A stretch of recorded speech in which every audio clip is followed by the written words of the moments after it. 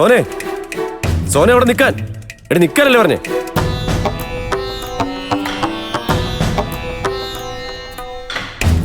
സോനെ, എന്താ ശ്യാമേട്ടന് വേണ്ടത്? എനിക്ക് സത്യം അറിയണം. നീ കൂടി അറിഞ്ഞോണ്ടാണോ സമ്മാനം അടിച്ചാൽ അദ്ദേഹത്തെ അറിയിക്കാതെ നിന്റെ അമ്മ സമ്മാനത്തുക അടിച്ചു മാറ്റിയത്? അടിച്ചു മാറ്റിയെന്നോ? ശ്യാമേട്ടന് ഇങ്ങനെയുള്ള ഭാഷയൊന്നും ഉപയോഗിക്കണ്ടേ. സമ്മാനം എടുത്തു എന്നുള്ള സത്യം, അതിനുള്ള അവകാശം അമ്മയ്ക്കുണ്ട്. അത് ആ മനുഷ്യനെ സമ്മതിച്ചല്ലോ. പിന്നെ ശ്യാമേട്ടന് മാത്രം എന്താ ഇത്ര പ്രശ്നം? എടി, എനിക്ക് പ്രശ്നമുണ്ടടി. നിന്റെ അമ്മ എന്ത് വേണമെങ്കിലും ചെയ്തോട്ടെ, ഞാനതിൽ തലയിടുന്നില്ല. പക്ഷേ അവരുടെ കള്ളത്തരത്തിന് എന്റെ ഭാര്യ കൂട്ടു നിൽക്കാൻ പാടില്ല. അത് ഞാൻ അനുവദിച്ച് തരത്തില്ല. ഒരു തട്ടിപ്പിന് കൂട്ടു നിന്നിട്ട് അതിന്റെ പ്രതിഫലമായ ഒരു സ്വർണ്ണമാല സ്വന്തം മകൾക്കായിട്ട് വാങ്ങിക്കുക. നാണമില്ലല്ലോടി നിനക്ക്?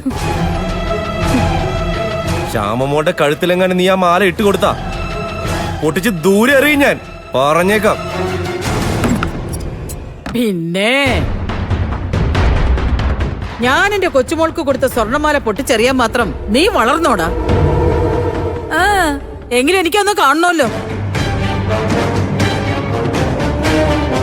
എടാ, ആദ്യം സ്വന്തം കുഞ്ഞിന് ഒരു തിരി സ്വർണം വാങ്ങിച്ചു കൊടുക്കാനുള്ള പ്രാപ്തി നീ ഉണ്ടാക്ക്. എന്നിട്ട് മതി കിട്ടിയത് നിരസിക്കുന്നത്.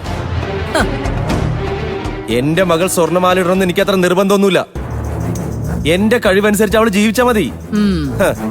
അതുകൊണ്ട് ആരും കട്ട മുതൽ എന്റെ മോൾക്ക് സമ്മതിക്കണ്ട. ശ്യാമേട്ടാ, എടി, നിന്നോടുകൂടിയാ ഞാൻ പറഞ്ഞത്.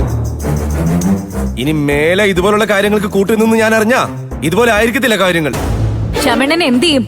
എന്ത് ചെയ്യൂന്ന്? നിന്റെ മുഖം അടിച്ചാൻ പൊട്ടി. മാറി നിക്കണം അങ്ങോട്ട്. കൊള്ളാലോ, നീ എന്റെ മുമ്പിൽ വെച്ച് എന്റെ മോളുടെ നേരെ കയ്യോങ്ങുന്നോ? ഇവളെ തല്ലാനുള്ള ധൈര്യം നിനക്കൊണ്ടോടാ? ഉണ്ടോന്ന്? വേണ്ടി വന്ന തല്ലുവെന്നാ ഞാൻ പറഞ്ഞേ. ഇനി അങ്ങനെ ഒരു അവസരം സോന ഉണ്ടാക്കില്ലെന്ന എന്റെ വിശ്വാസം. അങ്ങനെ നിങ്ങളുടെ തല്ലു പേടിച്ച് ജീവിക്കാനൊന്നും എനിക്ക് പറ്റില്ല. ഇതെന്റെ അമ്മയുടെ വീടാ. എനിക്കിവിടെ അമ്മ പറയുന്നത് അനുസരിച്ച് ജീവിക്കാനേ പറ്റൂ. എനിക്ക് മാത്രമല്ല, നിങ്ങൾക്കും. അങ്ങനെ പറഞ്ഞു കൊടുക്കുമോളെ. എന്റെ വീട്ടില് എന്റെ ഔദാര്യത്തിൽ ജീവിച്ചിട്ട് എന്റെ മുമ്പിൽ വെച്ച് എന്റെ മോൾക്ക് നേരെ നീ കയ്യൂങ്ങും അല്ലേ? നടക്കില്ല മോനെ. ദേ, ഈ സ്വഭാവം വെച്ച് നീ ഇവിടെ ജീവിക്കാവെന്ന് കരുതണ്ട.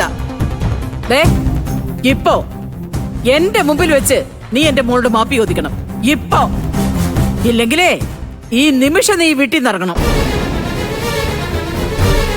കേട്ടല്ലോ? നീ ഇനി അവളെ നോക്കിയിട്ട് കാര്യമില്ലടാ. ഇത് എന്റെ തീരുമാനോ. നിനക്കിവിടെ സോനയുടെ ഭർത്താവായിട്ട് ജീവിക്കണമെന്നുണ്ടെങ്കിൽ എന്റെ മോളോട് നീ ക്ഷമ ചോദിച്ചേ പറ്റൂ.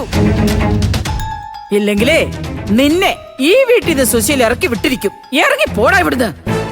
ഇറങ്ങി പോകാനാ പറഞ്ഞേ.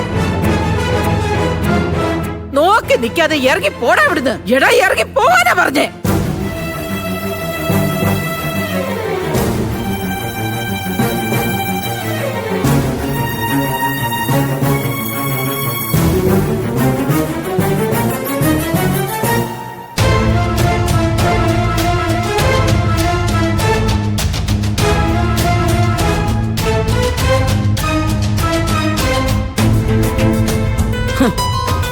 നിന്നോട് മാപ്പ് പറയാതെ അവനെ ഈ വീട്ടിൽ കയറ്റത്തില്ല ഞാൻ, പറഞ്ഞേക്കാം.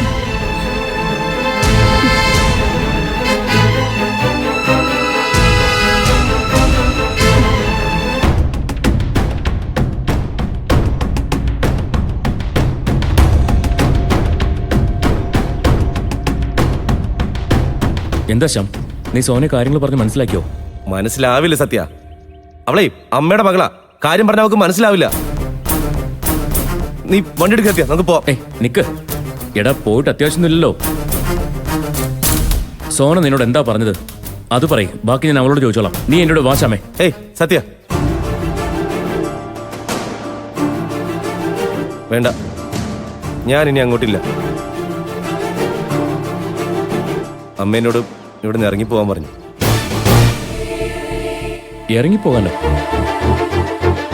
സ്വന്തം ഭാര്യയുടെ കാര്യത്തിൽ പോലും ഇടപെടാൻ സ്വാതന്ത്ര്യം ഇല്ലാത്തടത്ത് ഞാൻ എന്തിനു നിൽക്കണം? എടാ, നിനക്ക് സ്വാതന്ത്ര്യം അംഗീകാരം തരേണ്ടത് സോനയാ. അമ്മ നിന്നോട് ഇറങ്ങിപ്പോവാൻ പറഞ്ഞപ്പോ സോന ഇവിടെ ഉണ്ടായിരുന്നില്ലേ? കള്ളത്തരത്തിന് കൂട്ടുന്നതും പോരാഞ്ഞ് അവൾ അതിനെ ന്യായീകരിക്കാൻ തുടങ്ങിയപ്പോ ഞാൻ അവളുടെ നേരെ ഒന്ന് കൈ ഓങ്ങിപ്പോയി. അതിന് അമ്മ എന്നെ ഇറക്കി വിട്ടത്. അമ്മയും മോളും കൊള്ളാം. ഇതിങ്ങനെ വിട്ടാ പറ്റില്ല. നീ എന്നോട് വാ ശ്യാമേ, വാ. ഏയ് സത്യ, നിൽക്ക്. ഇതുകൊണ്ട് ഒരു പ്രയോജനമില്ല. ഞാൻ കൂടുതൽ അപമാനിക്കപ്പെടുന്നത് നിനക്ക് കാണണോ?